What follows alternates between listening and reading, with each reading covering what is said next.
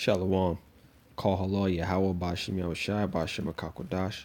Double honors to the apostles and the elders at Great Millstone who ruled well and taught us this truth, peace, and salutations to the elect. I want to get into a topic on conspiracy theories and the ideas and the concepts that people may look at and consider things that could never really happen.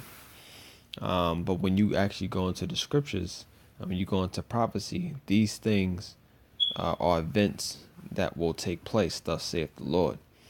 A lot of times when you bring out information to people,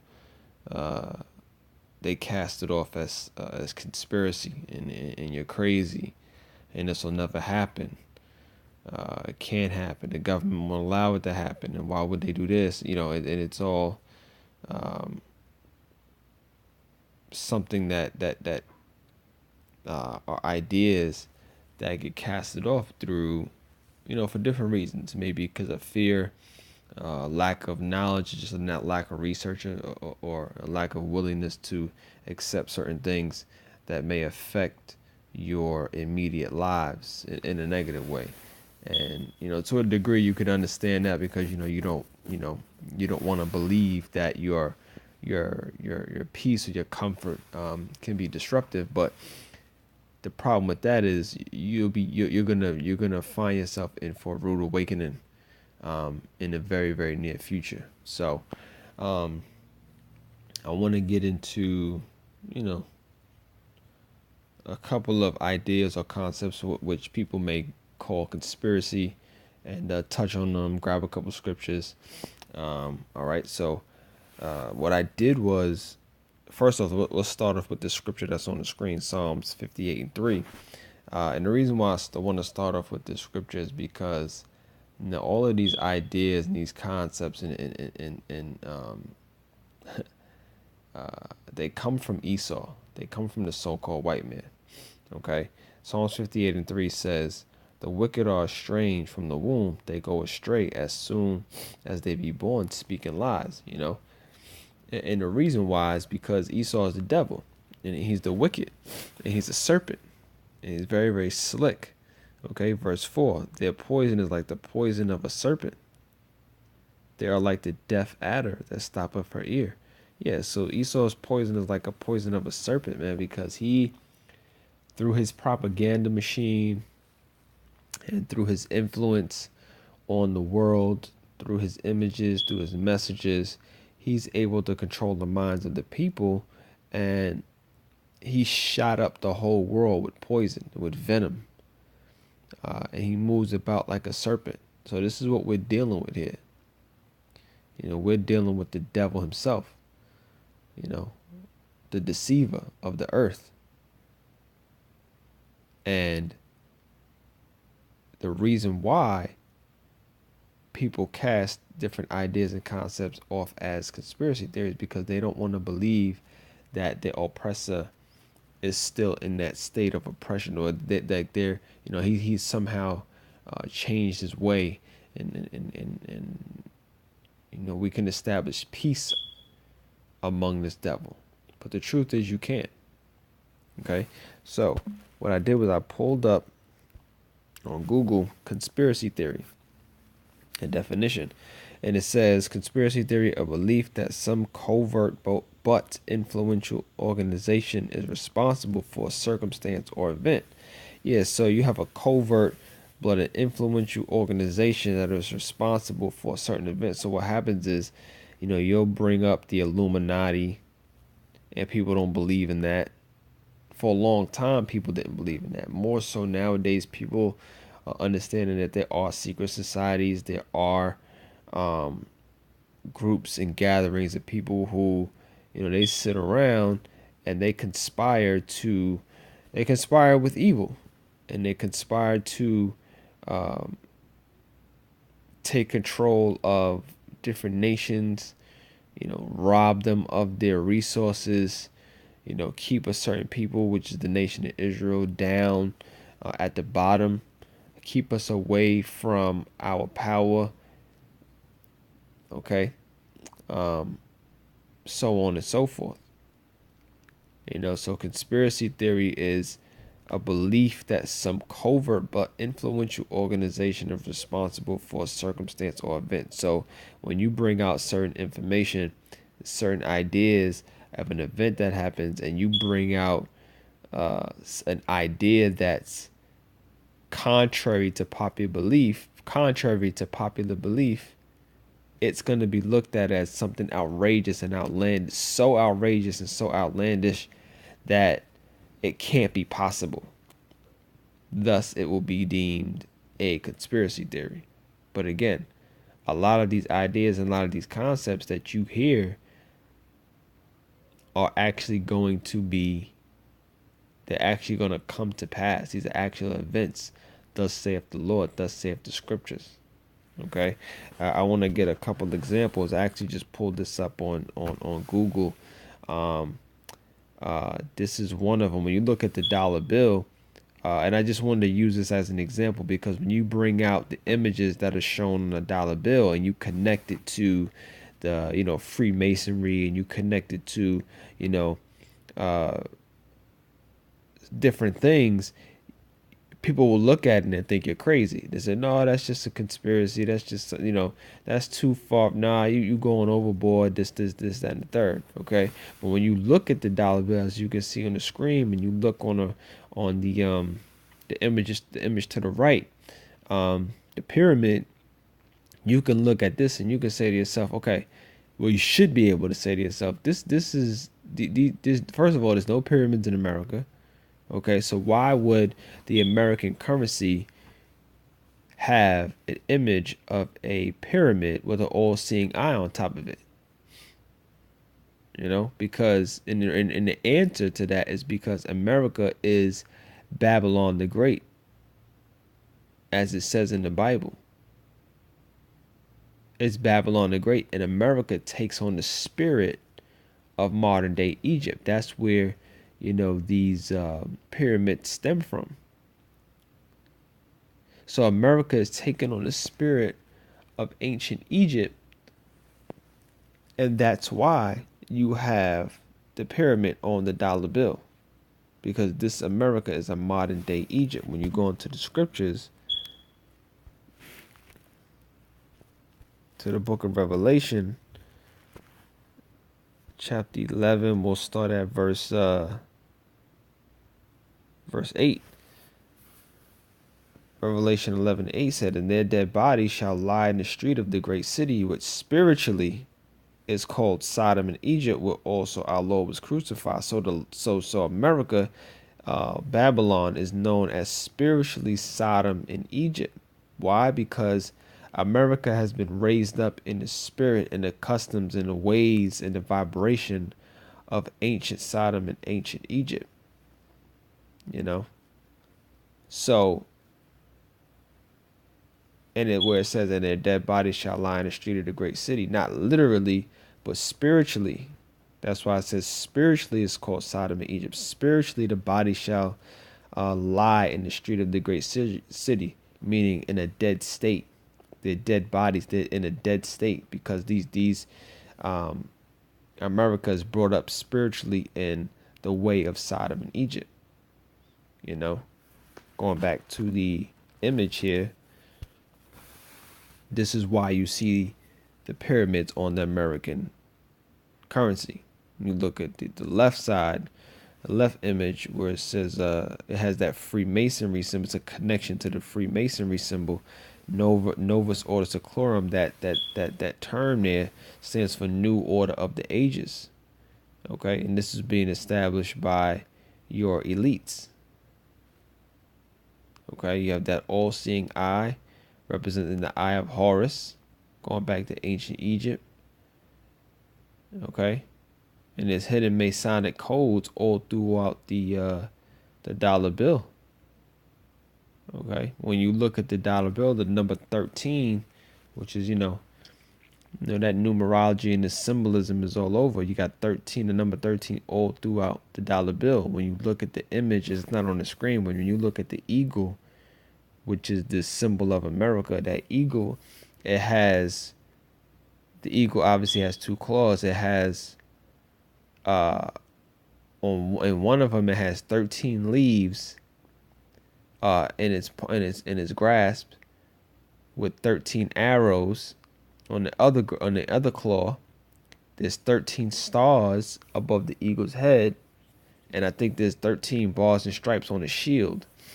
So when you bring out this information to the people, they'll look at it and go, no, you digging too deep, you going too far, right? This is not real. Okay? But these ideas and these concepts have effect to it, and you can link them directly to the scriptures. That's why Revelation 11:8, spiritually Sodom and Egypt, they're directly connected to the scriptures. And if you have the eyes to see and the ears to hear, you can see that there's a connection. Okay? Ideas such as famine, martial law. You know, when you present these ideas and these concepts to people, they don't think it could happen. Okay? They don't think it could happen. But again, when you go into the scriptures, they're there, and they're gonna come. Prophecy. These prophecies are not gonna fail. These prophecies will come to pass. Let's get one on the famine. Let's start at the top here. Second Esdras 15:5. It says, "Behold, saith the Lord, I will bring plagues upon the world: the sword, famine, death, and destruction." Yeah, so the Lord's gonna bring famine, and the sword, and death, and destruction, but particularly famine. People don't think that this can happen. People don't think that because we have such ease and such convenience and such abundance of goods at this present time. You could go into these grocery stores. They're filled with food. The shelves are stocked. The back rooms in these grocery stores, they're stockpiled with food and goods and resources, and they don't think it can happen here. So when you mention something like the famine, they can't even imagine that something like that is possible, but the scriptures tell you that they are. Behold, saith the Lord, I will bring plagues upon the world, the sword, famine, and destruction. So the Lord is going to bring hell to this place, but the people don't believe it because of the comfort that they have here. Okay, jumping down to verse 16. For there shall be sedition among men, and invading one another. They shall not regard their kings nor princes, and the course of their actions shall stand in their power. Yes, so sedition among men, there should be civil unrest among men and invading one another. All right, so people are not going to have any regard for their neighbor, when that famine hits, because they're going to have to eat. They're going to have to feed their children, and when you go starving, that brings out a beast-like behavior, and they're not going to have any regard for you. Verse 17, it said, a man shall desire to go into a city and shall not be able. Yeah, that's martial law. Okay, Esau has been doing military drills throughout the years, getting prepared for the lockdown in different cities, especially these major cities. When you look at the Boston Marathon, that bombing that happened a few years ago, that's a prime example of a military drill that Esau did right in front of our face. But nobody thinks, when you tell them it's a military drill getting us prepared for martial law, what do they say? They cast it off as conspiracy theory. You're bugging. That's too much. You going too deep. You thinking too much. Okay? So, again, these are not conspiracy theories. These are concepts and ideas that you can find in events that are actually going to take place. Verse 18, for because of their pride, the cities shall be troubled, the houses shall be destroyed, and men shall be afraid. Verse 19, a man shall have no pity upon his neighbor, but shall destroy their houses with the sword and spoil their goods because of the lack of bread and for great tribulation. And this is what's coming. It's not conspiracy theory. These are actual events that are going to take place because the Lord has prescribed it for this world. All right. And if you don't, again, if you don't have the eyes to see and the ears to hear, then hey, you're gonna be sadly mistaken. You're in for a rude awakening. You know, the RFID microchip is another one. Let's just jump right to it. Revelation 13 and 16. The RFID microchip. When you tell people that this is coming and we're headed for a cashless society, and we're headed for a totally new way of living, they can't believe something. A lot of people can't believe it. Revelation 13:16, and he causeth all, both small and great, rich and poor, free and bond, to receive a mark, charagma, an imprinted, an incision, okay, in their right hand on their foreheads, and that no man might buy or sell save he that had the mark or the name of the beast or the number of his name. Yeah, so Esau is setting up a society where you're going to have an implanted microchip into your hand or into your forehead that is going to have, it's going to replace all manner of basically a functionality in the society, right? You're not going to need your wallet. You're not going to need your keys. You're not going to need a social security card. You're not going to need cash. You're not going to need a debit card. Okay. And it says that no man might buy or sell unless you have it. It says that verse 17 says, and that no man might buy or sell save he that had the mark. That word save means except he that had the mark or the name of the beast or the number of his name. So you're going to need this microchip in order to function as a regular citizen. And if not, you're going to be off the grid, not even being recognized as a member of society. And you're going to have to find your way through it. And if you don't have the Lord on your side, you're going to be finished. You're going to be absolutely finished. And again, it goes back to the whole point of this video. These are not conspiracy theories. These are actually actual events that are going to take place. You know, Esau is going to present this microchip as it's going to be something that's going to be good for society. The ease and convenience of a digital society. It'll be a tracking device. So if you ever, lose your pet or lose your child, these kidnappings will be less of an issue because we'll be able to track your child and find your child if they ever get kidnapped, so on and so forth. Okay? But what the people don't understand, that this is being used for the New World Order agenda. Okay? And for Esau to have complete control. When you present that to them, they say it's a conspiracy theory. They say, oh wait, he already has control. He has all the money, he has the research. Yeah, but this is the devil we're talking about. That's not good enough for him. That's not good enough for the so-called white man. He needs a microchip inside of you. Okay? So where he has complete control, he wants to turn you into a robot. Okay? The information is coming out to where this microchip is going to be linked to the fibers in your body, in your hand. And they can shut down your microchip at any time if you don't conform to their way, if you're rebellious, if whatever. Okay, and it can have an effect on your organs. It can shut down your nervous system if necessary.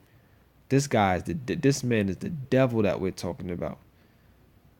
And if you don't start to wake up to this, then you're gonna be in for you're gonna be sadly mistaken, man. Okay. All right. When you talk about even events that have happened already, like 9/11, people are still casting that off as a conspiracy theory. People really think that Al Qaeda was responsible for knocking down the towers. Okay. And they just don't want to believe that it was an inside job. Why? Because they trust in their oppressor. and they trust in America, and they trust in what's been set up here, not realizing and not wanting to believe that you're still under this guy's the devil, man. You're under the devil. Isaiah 30:1, woe to the rebellious children, saith the Lord, that take counsel, but not of me, and that cover with the covering, but not of my spirit, that they may add sin to sin. Verse 2, that walk to go down into Egypt, and have not asked at my mouth, to strengthen themselves in the strength of Pharaoh, and to trust in the shadow of Egypt. America is the shadow of Egypt. Okay, verse 3. Therefore shall the strength of Pharaoh be your shame, and the trust in the shadow of Egypt your confusion. You're trusting in America, you're trusting in this government, you're trusting in these officials. Slack it. You're ultimately trusting in the so-called white man, the devil. You're trusting in the devil. Okay? So if you're trusting in this place, and you believe that, and you believe what comes on your TV, the news that's being reported on CNN and Fox News, then you're trusting in Egypt, and you're just a fool, man. You essentially, that's what you are. You're a fool. Jump down to verse. Let me see.